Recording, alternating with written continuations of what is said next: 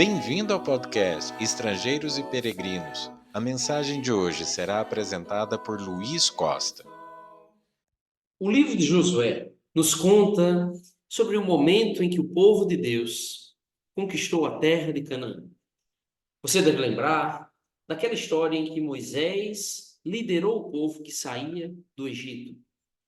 O povo do Senhor, os hebreus, ficaram por anos escravizados na terra do Egito. Deus percebeu o sofrimento do seu povo e os socorreu por meio de Moisés. Liderou a saída, libertação do povo daquela escravidão do Egito. Esse povo peregrinou depois por 40 anos no deserto, até finalmente chegar à terra de Canaã. Canaã havia sido prometido a Abraão muito tempo antes.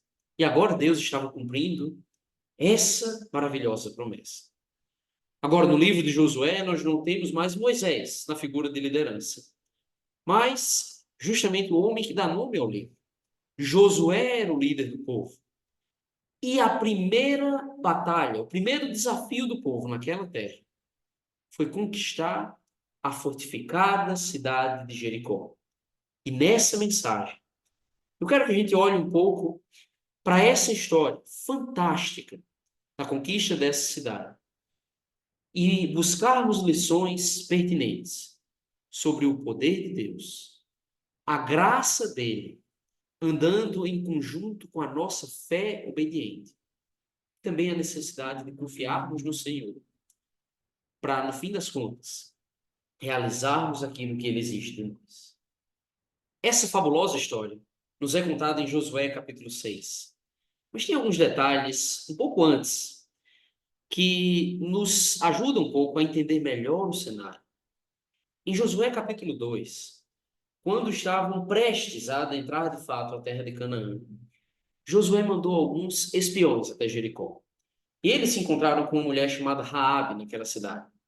Raabe, embora gentia e um habitante de Jericó, demonstrava um conhecimento impressionante sobre Israel e principalmente sobre o poder de Deus. Josué capítulo 2, olha o que ela fala a partir do versículo 8. Antes que os espias se deitassem, foi ela ter com eles ao eirado e lhes disse: Bem sei que o Senhor vos deu esta terra, e que o pavor que infundis caiu sobre nós, e que todos os moradores da terra estão desmaiados. Porque temos ouvido que o Senhor secou as águas do Mar Vermelho diante de vós, quando saíeis do Egito. E também o que fizestes aos dois reis dos amorreus, Seom e Og, que estavam além do Jordão, os quais destruístes. Ouvindo isto, desmaiou-nos o coração, e ninguém mais há ânimo algum, por causa da vossa presença, porque o Senhor vosso Deus é Deus em cima nos céus e embaixo na terra. Quando Raabe fala isso, nós descobrimos que a fama dos israelitas chegou em Canaã primeiro que eles. Os cananeus já conheciam uma história que havia acontecido 40 anos antes, de quando eles cruzaram o Mar Vermelho. Conheciam que haviam obtido sucesso em algumas batalhas, derrotando aqui os reis Seom e Og, ainda no deserto. E principalmente ela reconhecia o poder de Deus. E isso deixava os habitantes de Jericó com medo, desanimados. Tanto que em Josué capítulo 6, no versículo 1, nos diz que Jericó estava rigorosamente fechada por causa dos filhos de Israel. Ninguém saía, nem entrava. Jericó seria um desafio para os israelitas. Uma cidade fortificada, murada, os muros eram de fato impressionantes. E Israel não tinha tanto recurso assim, em termos militares, bélicos, para invadir aquela cidade. Mas eles, mesmo assim, tinham a seu favor o grande medo dos habitantes de Jericó, que reconheciam o poder de Deus. E nisso, coloque-se no lugar de Josué. Você estaria com medo, apreensivo para esse primeiro desafio, ou confiante no poder de Deus? Em Josué capítulo 1, Deus fez uma promessa a Josué, que também nos chama a atenção. Josué, versículos 5 e 6. Ninguém te poderá resistir todos os dias da tua vida. Como fui com Moisés, assim serei contigo. Não te deixarei, nem te desampararei. Sê forte e corajoso, porque tu farás este povo herdar a terra, e sob juramento prometi dar a seus pais. Deus estava prometendo a Josué: você terá bom êxito. Eu estarei com você, assim como estive com Moisés. Mas também diz a ele a parte que lhe cabia: seja forte e corajoso. É interessante que Deus está prometendo aqui já a entrega da terra. Até nós vamos ver mais para frente a entrega da própria cidade de Jericó. Mas cabia a Josué força e coragem. Grave esta informação aqui. E vamos então para Josué capítulo 6. Havia uma grande cidade a ser conquistada, mas recursos limitados da parte dos israelitas. Deus, porém, apareceu para Josué e deu a ele as instruções de como Jericó seria conquistada. E o Senhor basicamente faz uma promessa: em 7 dias a cidade é de vocês. Olha o que ele diz, Josué 6, a partir do versículo 2. Então disse o Senhor a Josué: olha, entreguei na tua mão Jericó, o seu rei e os seus valentes. Vós, pois, todos homens de guerra, rodeareis a cidade, cercando-a uma vez. Assim fareis por 6 dias. 7 sacerdotes levarão 7 trombetas de chifre de carneiro adiante da arca. No 7º dia, rodeareis a cidade 7 vezes, e os sacerdotes tocarão as trombetas.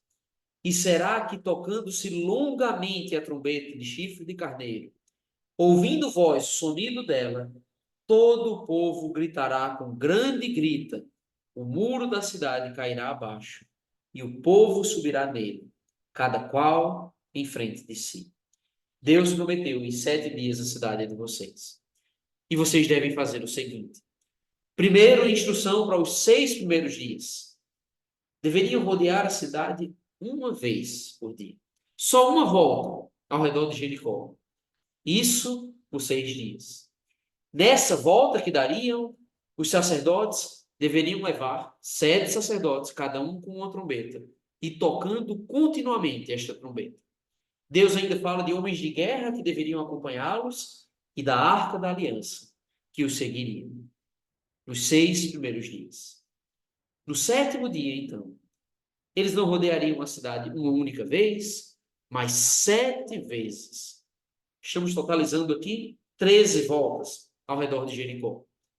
E na 7ª volta, quando a trombeta tocasse, o povo gritaria. E nesse momento, o resultado impressionante. Os muros cairiam, e então eles deveriam subir e tomar a cidade. É impressionante tudo isso, mas a partir daqui o que nos chama a atenção é como o povo obedeceu. Versículos 6 a 8, olha o que fala. Então Josué, filho de Nun, chamou os sacerdotes e disse-lhes: levai a arca da aliança. E 7 sacerdotes levam 7 trombetas de chifre de carneiro adiante da arca do Senhor.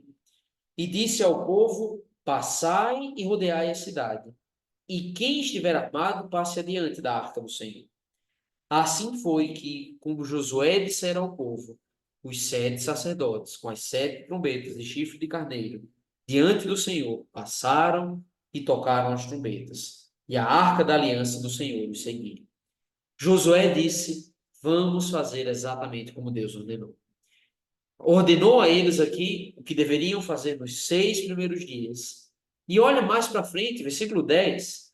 Josué disse, porém ao povo ordenara Josué, dizendo: não gritareis, nem fareis ouvir a sua voz, nem sairá palavra alguma da vossa boca, até ao dia em que eu vos diga, gritai, então gritareis. Josué estava tão preocupado em seguir exatamente o que Deus havia dito, que ele falou: nos 6 primeiros dias eu quero silêncio total da parte do povo. Não deveriam gritar, na verdade eu não quero ouvir nem um pio de vocês. Até o dia e a hora que eu disser, grita, então vocês gritarão. E mais para frente, versículo 16. E sucedeu que na 7ª vez, aqui já no 7º dia, quando os sacerdotes tocavam as trombetas, disse Josué ao povo: gritai, porque o Senhor vos entregou a cidade. E foi exatamente o que o povo fez. Josué cumpriu à risca o que Deus ordenou. E o resultado? Deus fez exatamente como havia prometido. O povo cumpriu com os requisitos do Senhor. E Deus cumpriu com aquilo que havia prometido. Agora, pense, o método foi eficaz. Será que a maneira que o povo marchou foi absolutamente forte, que balançou os muros? O grito do povo foi eficiente ou os sacerdotes tocaram a trombeta com habilidade, harmonia, afinação? Claro que não. Em 7 dias, Deus fez algo impressionante. De fato, um cerco a uma cidade assim seria eficiente. Era um método que muitas nações utilizaram, basicamente em toda a humanidade, toda a história da humanidade. Mas isso levaria meses, talvez anos. Aqui em 7 dias, Jericó caiu. É claro que tudo isso evidencia o poder de Deus e também a sua graça. Perceba Josué capítulo 6, versículo 2. O Senhor já tinha dito antes: olha, entreguei na tua mão Jericó, o seu rei e os seus valentes. Deus já havia prometido que a cidade era deles. Deus já estava garantindo o presente. Só bastava que eles cumprissem alguns requisitos. E com isso eu quero, no restante dessa mensagem, olhar um pouco para a relação entre graça, fé e obediência a Deus. Pense sobre a graça de Deus demonstrada nessa história. Acho que uma definição simples para a graça é que se trata de um presente imerecido. E foi exatamente o que Deus deu ao povo aqui. Como acabamos de ler, Deus já havia anunciado o presente para eles. Inclusive, tem um texto que, em Deuteronômio capítulo 9, o Senhor fala exatamente que eles não deveriam se orgulhar quando conquistassem a terra de Canaã, quando aquelas nações caíssem de diante deles, que na verdade não era por causa do mérito deles, mas por outras duas razões. Primeiro, era um castigo para aquelas nações. Eram nações rebeldes, idólatras, pagãos. E com isso, Deus estava castigando. E a segunda razão, dada pelo Senhor, ele estava cumprindo o que prometera a Abraão, Isaque e Jacó. Deus havia prometido aquela terra para os israelitas. Agora era hora de cumprir a promessa. Não era por causa do mérito deles, mas era um presente merecido que o Senhor já. Por outro lado, a fé também era ativa nessa história, estava presente nessa história. Olha o que o autor de Hebreus fala. Hebreus capítulo 11, versículo 30. Pela fé ruíram as muralhas de Jericó, depois de rodeadas por 7 dias. O autor de Hebreus reconhece a presença da fé nesse evento aqui. Fé dos israelitas que estavam lá presentes. Como a fé se manifestou? Fé se manifestou na obediência daquele povo. Pense se eles não tivessem cumprido o que Deus ordenara, não tivessem feito exatamente como Deus havia dito, por 6 dias, como Deus havia dito para fazer no 7º dia, eles não receberiam a cidade. Precisou que obedecessem à risca. Relação entre graça, fé e obediência. A partir dessa história, de Josué capítulo 6, e da maneira que Deus entregou Jericó ao seu povo, eu quero pensar um pouco sobre algumas lições sobre a graça de Deus na nossa própria salvação. A verdade é que graça e fé andam juntas quando falamos da salvação que Deus nos oferece.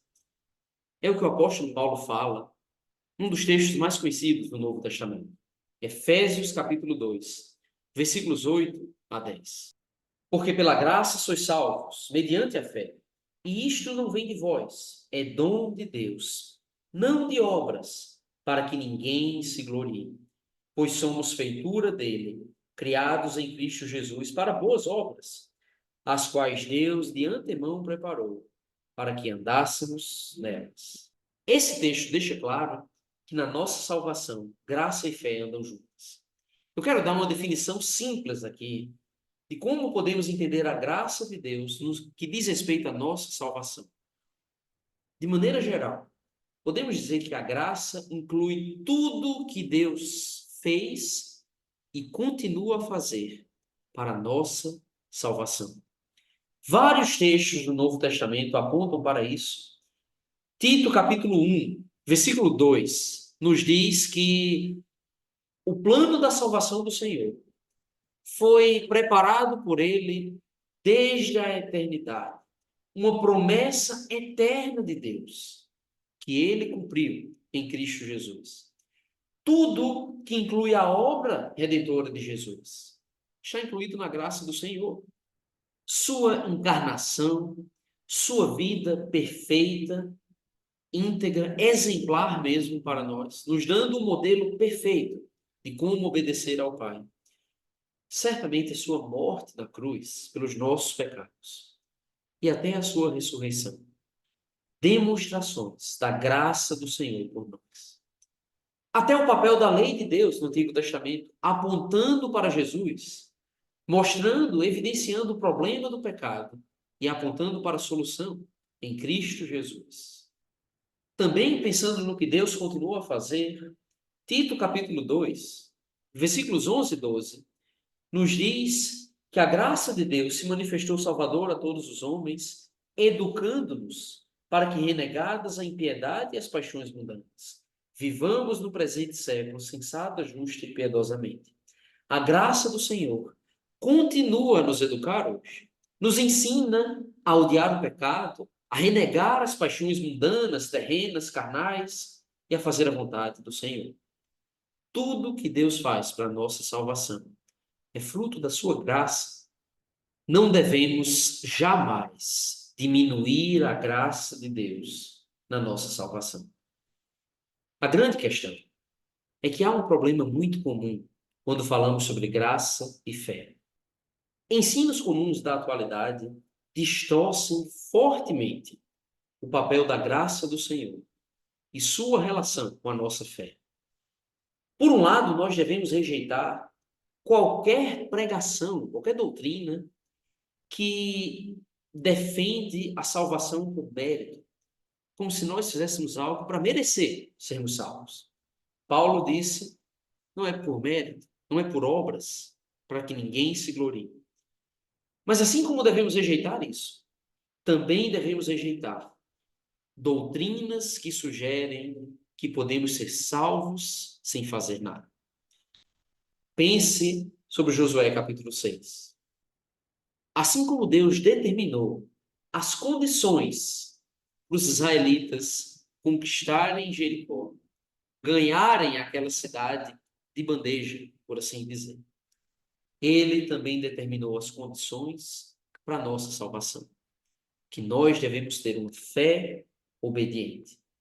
A salvação depende tanto da graça de Deus, quanto da resposta de fé do homem. E agora eu quero falar um pouco sobre fé aqui. Em Efésios capítulo 2, Paulo disse, fomos salvos por um lado, pela graça de Deus. Mas o termo que ele utiliza é que fomos salvos também mediante a fé. Em uma linguagem simples, podemos resumir a fé como tudo aquilo que o homem faz para receber a salvação.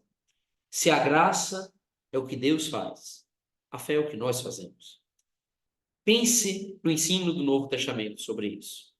Atos 2:38 fala sobre arrependimento dos nossos pecados.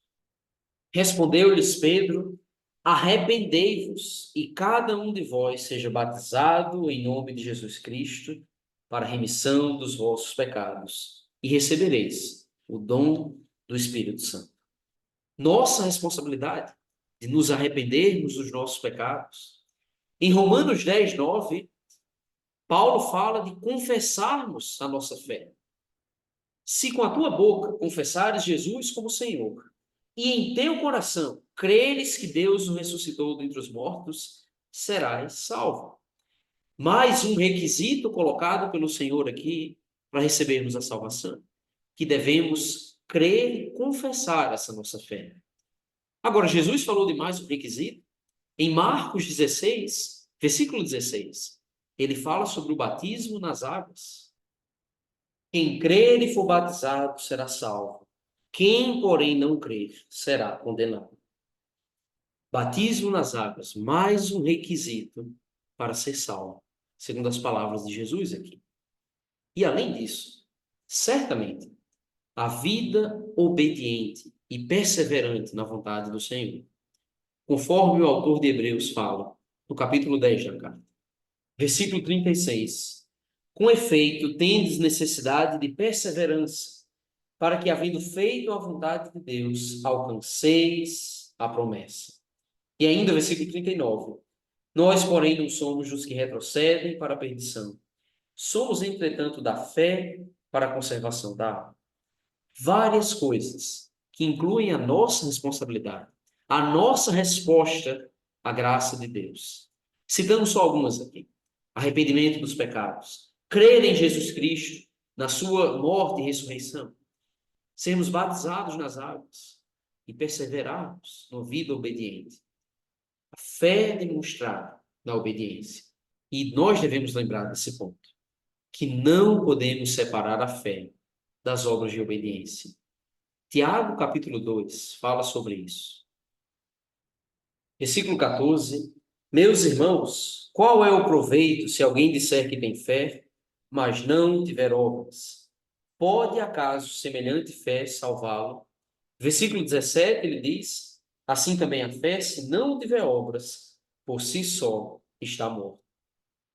Ele continua, versículo 24, verificais que uma pessoa é justificada por obras e não por fé somente. E versículo 26, porque assim como o corpo sem espírito é morto, assim também a fé sem obras é morta. O ponto ensinado por Tiago aqui é que uma fé meramente teórica não tem valor nenhum. Ele vai dizer nesse texto que até os demônios creem que Deus existe, até que Deus é poderoso, mas é claro que não obedece. E com isso, você pode até dizer que tem fé. Mas a fé, essa fé, só terá valor se demonstrada na obediência. Volte para Josué capítulo 6. Nós lemos em Hebreus 11:30 que pela fé as muralhas de Jericó ruíram. Mas como demonstraram fé? Obedecendo os requisitos que Deus havia ordenado. Obras da lei ou obras de mérito anulam a graça do Senhor, mas não as obras de obediência. E pense, andar em volta de uma cidade 13 vezes não valia a destruição daquele muro, aquele muro fortificado que levou anos para ser construído, nem o recebimento daquela terra. Da mesma forma, os nossos atos não são dignos da salvação que a gente recebe. Mas Deus nos dá, como um presente mesmo, uma recompensa que excede em muito o nosso esforço. Graça de Deus demonstrada na nossa salvação. Essa é uma lição importantíssima de Josué capítulo 6. E outras lições, para concluir essa aula, que são importantes nessa história. As ordens do Senhor devem ser respeitadas. A tendência mundana, religiosa, muitas vezes é de basicamente dizer: eu não concordo com isso, eu acho que o melhor é isso. Mas nós devemos obedecer rigorosamente aquilo que o Senhor nos ensina. Ele nos deixou sua lei para que nós cumpramos a risca.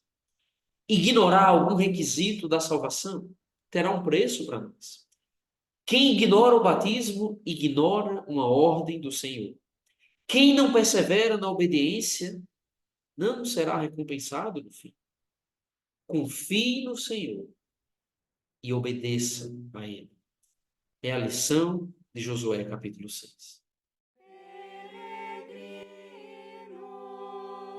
Obrigado por nos acompanhar nessa jornada pelas Escrituras. Volte amanhã para ouvir mais uma mensagem do podcast Estrangeiros e Peregrinos.